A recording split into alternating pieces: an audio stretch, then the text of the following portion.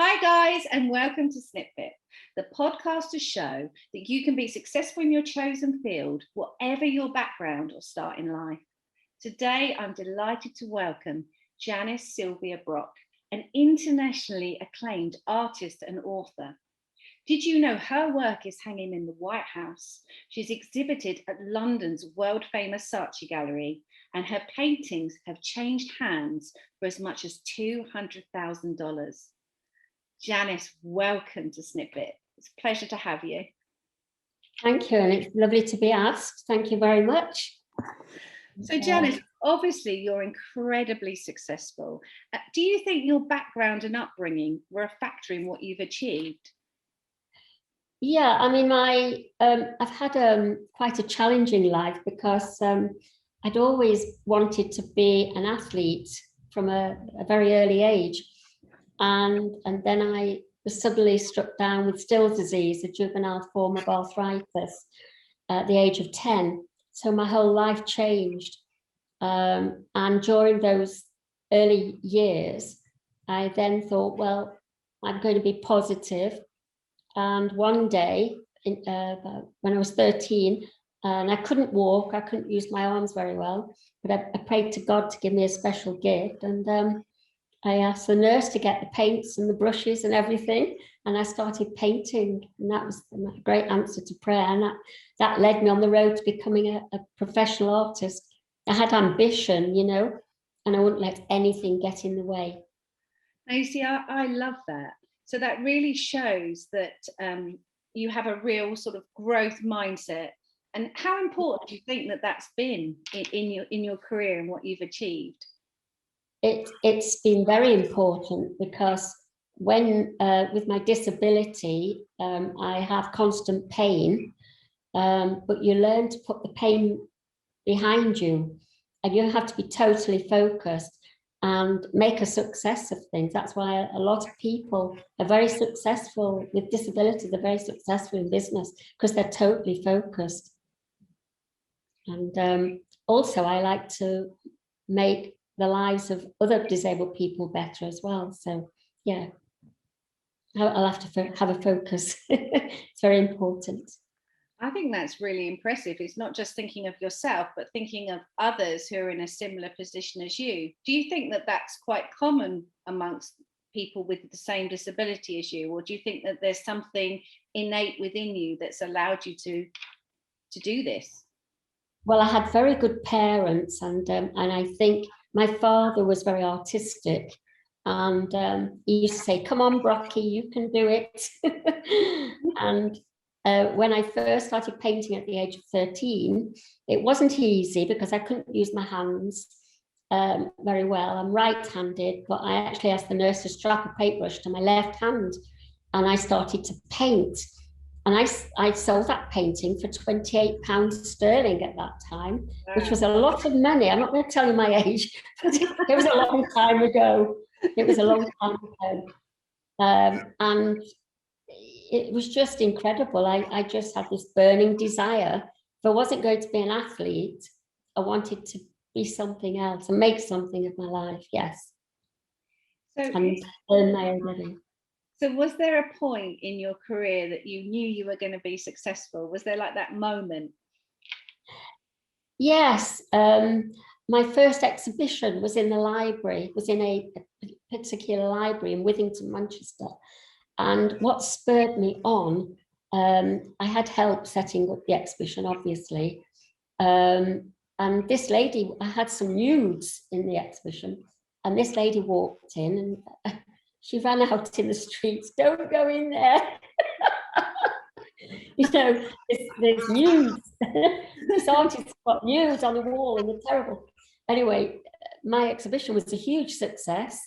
Lots of people came into the exhibition and I sold a lot of my paintings, and I just knew I was going to, you know, my prayers were answered and I was going to make a success as an artist, yes. And I actually, before I started painting pictures, fine art, I used to do commercial art because my doctor, Dr. Goodman, bless him, he was a lovely doctor, one of those that visited you at the home, at the house. You know, he would come to the house You don't do that now, do you? And anyway, he used to come and he saw my artwork. And of course, he said, oh, I must introduce you to Leon Brown. And that was his friend who was into marketing and so on. So my first experience with getting my art published was through him. And I started painting fine art cards. You know, that was the beginning. And then I went into fine art. So where do you get your inspiration from for your art? People, places. I love colour. I love movement. I used to paint a lot of English landscapes. I would go out and look at the landscapes and paint them. So that was very traditional work. And then I used to do voluntary art therapy at the local psychiatric hospital. And no, I wasn't a patient. I went in to help the patients, and it was great. I love doing it. And there's something nice about sharing your gift. I see it as a God-given gift. Yeah. I used to go every Friday religiously and give painting lessons to everybody. And I met some lovely people, actually. Yeah, very humbling experience. And I'm sure, do you find that creativity helped to unlock some of the challenges that they were facing? Yes, definitely. But that you have to have humour. There was an old gentleman that sat in a chair behind me, and every time I bent over the table, I felt my long skirt sort of flutter. And I turned round fast, and he was trying to lift my skirt off. And I turned around and said, Charles, what are you doing? I just wanted to see what was underneath. Oh dear. So no harm to him. Yeah. Exactly.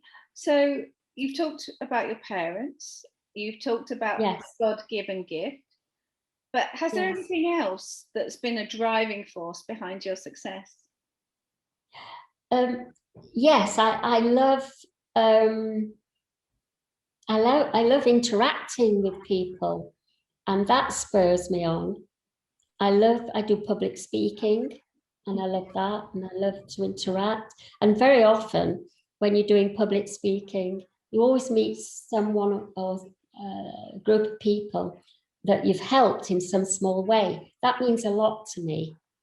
You know, it's something in me that I like to do that. I'm a people's person.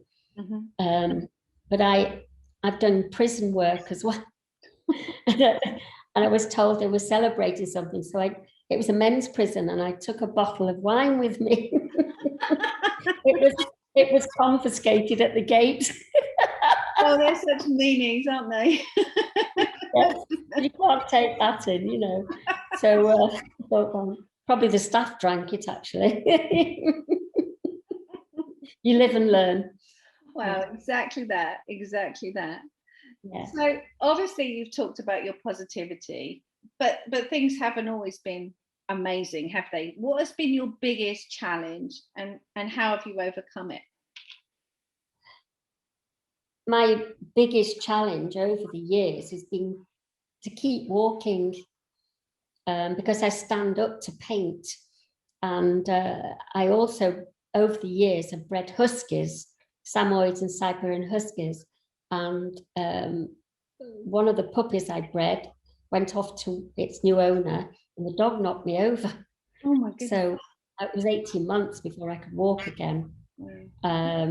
And it was a terrible break. It was like a spiral fracture from below, because I have steel rods in my legs. So that became a big challenge. And I used to do a lot of work for the animals, the societies, doing illustrations in their books as well. So yeah, I think that's been the biggest challenge.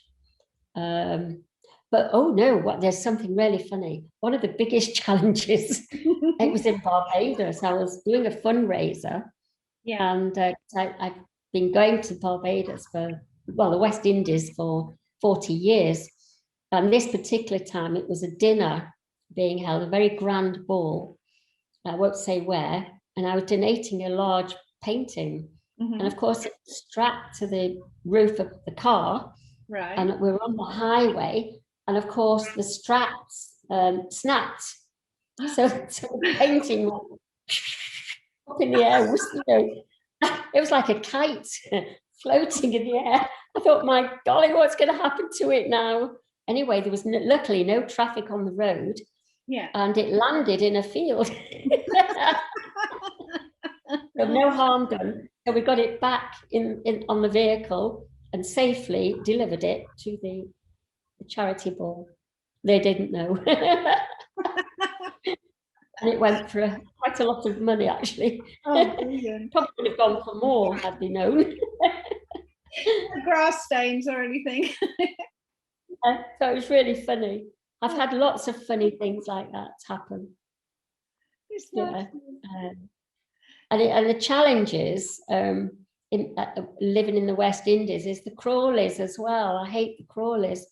And the frangipani tree, I can't even say the word. I've got a phobia for them. But they grow very big. I'm not saying what they are.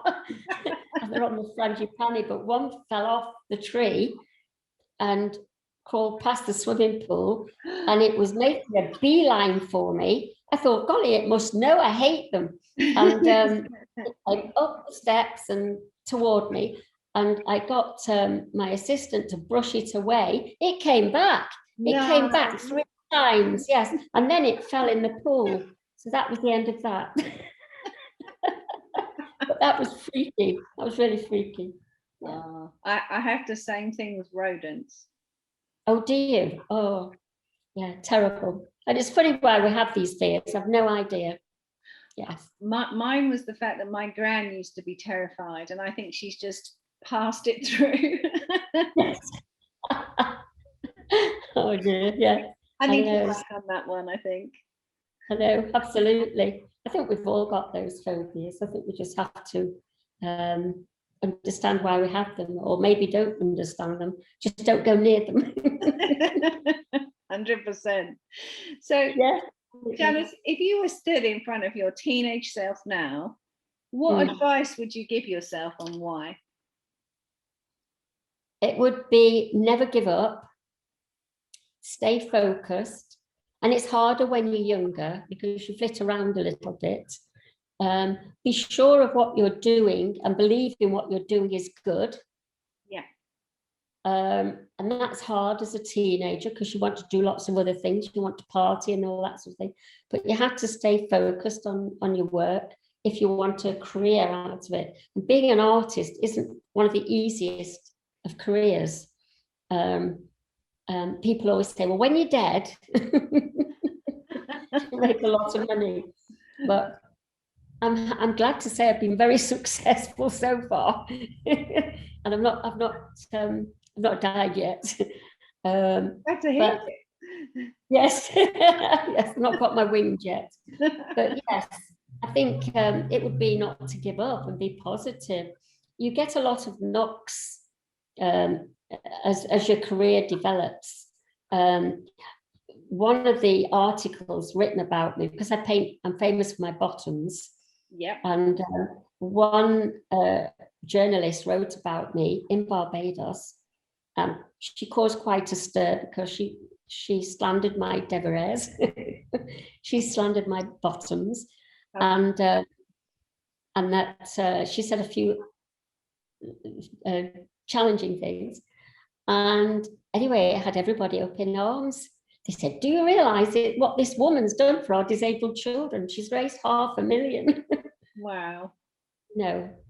And yeah, so it didn't bother me actually, but I was at the theatre in Bridgetown one time afterwards, and this woman was giving a lecture, and she said, I see we have the international artist Janie Sylvia Brock in our presence.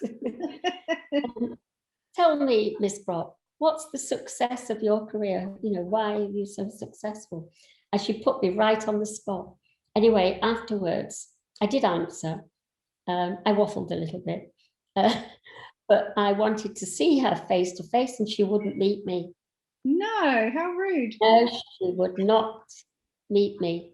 So yeah, but I think if you're going to be a critic, you should be brave enough to meet the people that you slander.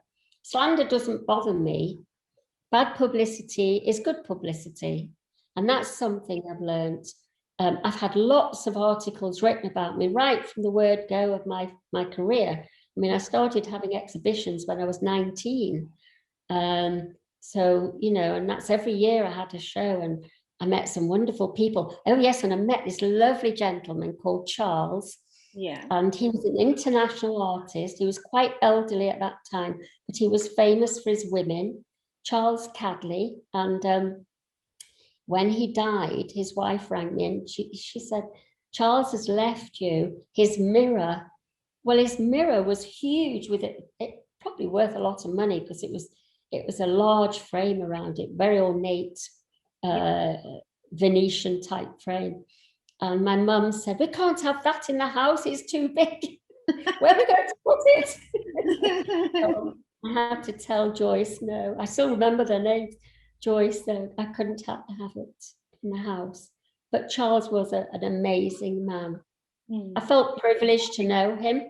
And I think as a young person learning about art, you have to listen to the older ones with the experience. And that means a lot. And very often I get students from the Caribbean that are studying and want to use me as a subject. So I've helped students in all different islands around the Caribbean while they're studying art. So that's rather nice. That's rather a privilege, really. Sounds it. Quite enjoyed that. Yeah, it was nice to do that. So Janice, what's your legacy? What do you want to be remembered for? If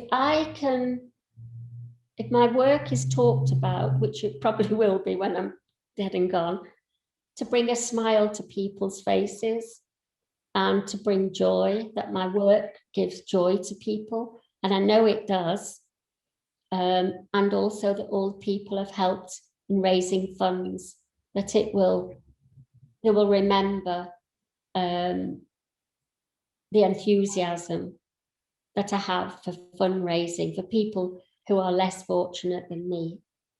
But having said that, I obviously need help, physical help, to make my journey work. I have a friend, Russ, who's very helpful, and he's a brilliant photographer and sets up exhibitions for me. Does a great job. So I'm very blessed to have friends like that. And I've got a wonderful PR lady, Melanie. She's absolutely brilliant. And she takes control of all the press and what have you. So that's really good. Yeah, so it's important, really. You need that help to carry on. And as you expand, as your career develops, you need that help. So the importance of a power team, really. Yes, yeah. You'd be amazed how many men have said, I'd like that job. No, I wouldn't. I know. I don't think they realise just how demanding a woman I am. Give them a few weeks. I'm sure you can get Well, you know, you ask about what a challenge to me was. I've just thought about something. 2 years ago, I painted the murals at Nirvana's spa. It was the goddesses, Greek goddesses of Olympus and of the four seasons. And when I first went for the meeting, I looked at these 4 arches. Well, it was more than that. It was 8 arches. 4 arches, 12 foot high by 10 foot wide. And I'm 4 foot 10 and a half. And I looked at them, I thought, wow, these are huge. And I thought, I can do this. Yeah. I've never said I can't. And that's something to learn in your career. In your career as an artist, don't say you can't, you can. And I said to myself, I can do this, obviously with help. And I started to do the 4 goddesses, and I've never painted an 8-foot woman before on a wall, and worked on a scissor lift. Wow. And that was brilliant. And all my paints, I worked with acrylics on that because I'm an oil painter, basically. But I had to use acrylic because it was in a spa, and it was in a circular room where the pool was circular, and everybody used to be swimming and watching me paint. And of course, Russ was helping me tremendously with that, up and down the lift, passing the paints, and then all sorts of stuff. The logistics of tackling such a massive job. How long did it take? 3.5 months working every day. Got up at 6 in the morning. We were on that wall at 7:30 every day till about 4 o'clock. That's and 4:30. Yeah, I sit down and have a drink outside afterwards. Oh, and they provided us with lovely lunches. We had lovely lunches, and I just thank the Barleys for taking me on for that. But I just had confidence from the word go. So it was amazing, and the colours were beautiful. I mean, the faces, you can imagine if they're 8-9 foot tall, the heads were quite big, but I marked out where the heads went, and then the neck, and the waist, and the hips, and knees, and everything. So if you get the proportions right, you're on your way. But what I loved, I mean, I did spring, summer, autumn, and winter. And winter, I put 2 wolves in it. And so the goddess in winter was a little bit austere. You know, she was like, sort of looked a bit strict. But, you know, she would be, wouldn't she? She'd be in the freezing cold. Yeah, 100%. The wolves were lovely. It was great to paint the wolves. Oh. And summer was beautiful. I put Goddess Summer with her feet in the pool, in the water, and lots of flowers, hundreds and hundreds of flowers. Yeah. And then autumn was full of like an arched framework of leaves falling about her feet, coming down, falling around her feet, and the colours were beautiful. So you can go to the spa and go and have a look. Yes. I was surprised it took you 3.5 months with all that detail. Yes. That was, yeah, it was a huge job, and I'd love to do it again if anybody would like to. But they did provide me with a scissor lift, along with shallow steps to get up onto the scissor lift. That was specially made. I mean, the Barleys just did everything, made everything possible for me to do that. And of course, Russ helping me up and down the steps every day. And as the day went on, I got more and more tired, but I just couldn't wait to get back on the wall and paint some more. There was lots of challenges in that. That was a big challenge, but I loved every moment of it. And when I went to bed at night, I was out like a light, you know, and I couldn't wait to get back to the mural I was working on. But then people came to the spa and they were saying, when are you going to finish that? When do you get on to the next one? And I said, well, let me finish this one first. Because it took ages, you know. I think they thought that they were going to be painted. They were paintings, really, not murals, in my mind. They are murals on the wall. They had canvas put inside the arches, so I was painting on canvas. But in my mind, they were paintings. Definitely. Lot of work in them, yes. So Janice, what we've understood from you, it's about being positive, yes, saying yes, facing challenges head on, yes, and having a really good team around you, but also taking every opportunity to give back. Yes. I think it's very important that when you're on the road to becoming an professional artist, have your mind open to what's around you, even though you're focused on your work, because doors will open for you, and it's which door do you take, and just enjoy it. I always, when I teach art to students, I always tell them, start with a limited palette. Don't fret with too many colours, but one colour must be white in my mind. And then the right brushes, start with the right brushes, enjoy the feel of the paint, and work on a large scale rather than a small, because it expands your mind. And just enjoy the colours and whatever you're painting. Don't complicate things with detail, and you'll grow, you know, you'll just develop. So think big then, really. Yes, think big in every way. Think big. I mean, there was a challenge. For a charity, I wanted to go up at the tallest tower and paint the biggest cartoon in the world. But when I looked into it, the insurance was colossal. God bless health and safety. Yeah, especially with me having, you know, dodgy legs. And but height didn't bother me when I was in the crane. My head was hitting the ceiling doing the crane, doing the murals. But yeah, the challenges were exciting. I abseiled down a cliff once. My hands aren't very strong, but the guy was lowering me.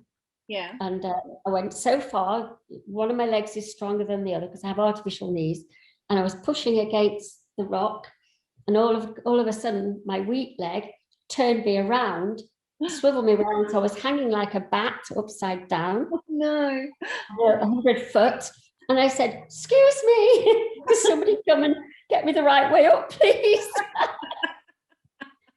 Somebody did. A young man came up and turned me around, and I said, "Right, get off me now. I'll do the rest myself."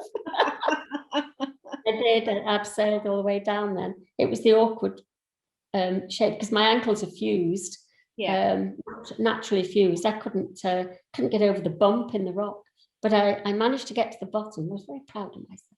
That's impressive, that is. So Janice, obviously there'll be people here who want to find out more about your work and what you're up to.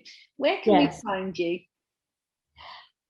Well, they can get me on Instagram, which is Instagram at Janie Sylvia Brock. They can get me on the website, which is www.janiesylviabrock.com, and email, which is janice@brock-gallery.com. Incidentally, I'm doing a fundraiser and an exhibition next year for Ashridge House near Berkshire, and that's going to be really good. That's an exhibition and then the ball. So anybody interested in tickets, because there's only 100 and they will go very, very fast.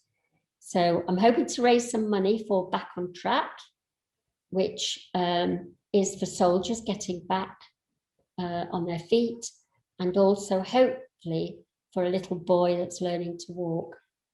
So I can combine the two charities. So I want it to be a huge success. So anybody interested, you can get me on that email address, which is janice@brock-gallery.com. That is brilliant. Janice. So that's my next challenge. Well, it's always important to have something to look forward to, isn't it? Yes, it is. But it's been great to chat with you, and thank you. It's good to share. Janice, thank you so much. We so appreciate your time today, and thank you for being on SnipBit. Thank you very much for asking me. Bye-bye for now. Bye.